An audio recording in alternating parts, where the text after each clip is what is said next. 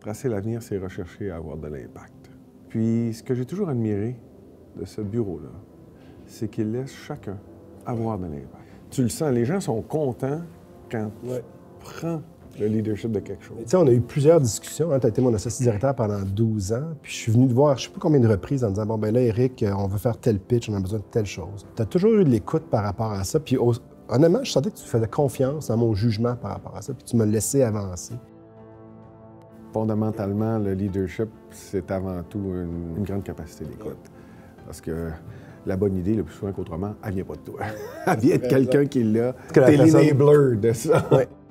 Et de ton point de vue, je veux voir comment tu vois la suite des choses à partir de l'entrée en vigueur de nos nouvelles fonctions. Je pense qu'il y a 4 ou 5 grands objectifs là, que je me fixe. D'abord, dans la question de la gestion de la richesse, d'offrir un certain leadership au groupe, parce que ça regroupe des gens de toutes sortes d'immobilier, des gens de fiscalité, des gens de succession.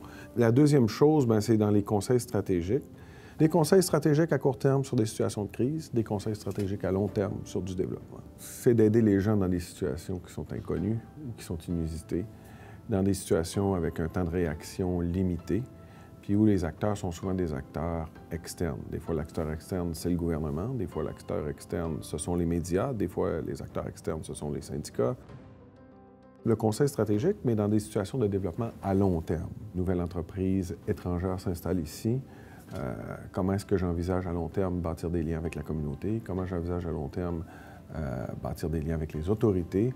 C'est sûr que nous, les avocats, on représente des gens qui sont présents dans toutes les industries. Donc, c'est une chance inouïe qu'on a d'avoir un travail qui nous permet d'avoir une vue très périphérique de la communauté puis du monde des affaires. Donc, à travers les années, j'ai consacré du temps à l'Europe continentale. Je vais me consacrer à bâtir une réputation de première destination pour les problèmes juridiques des sociétés européennes ici. Bien hâte de pouvoir continuer à collaborer dans ces nouvelles fonctions de chacune de nos parts. C'est pas interdit de mettre un peu de fun là-dedans. Oui, oui, oui.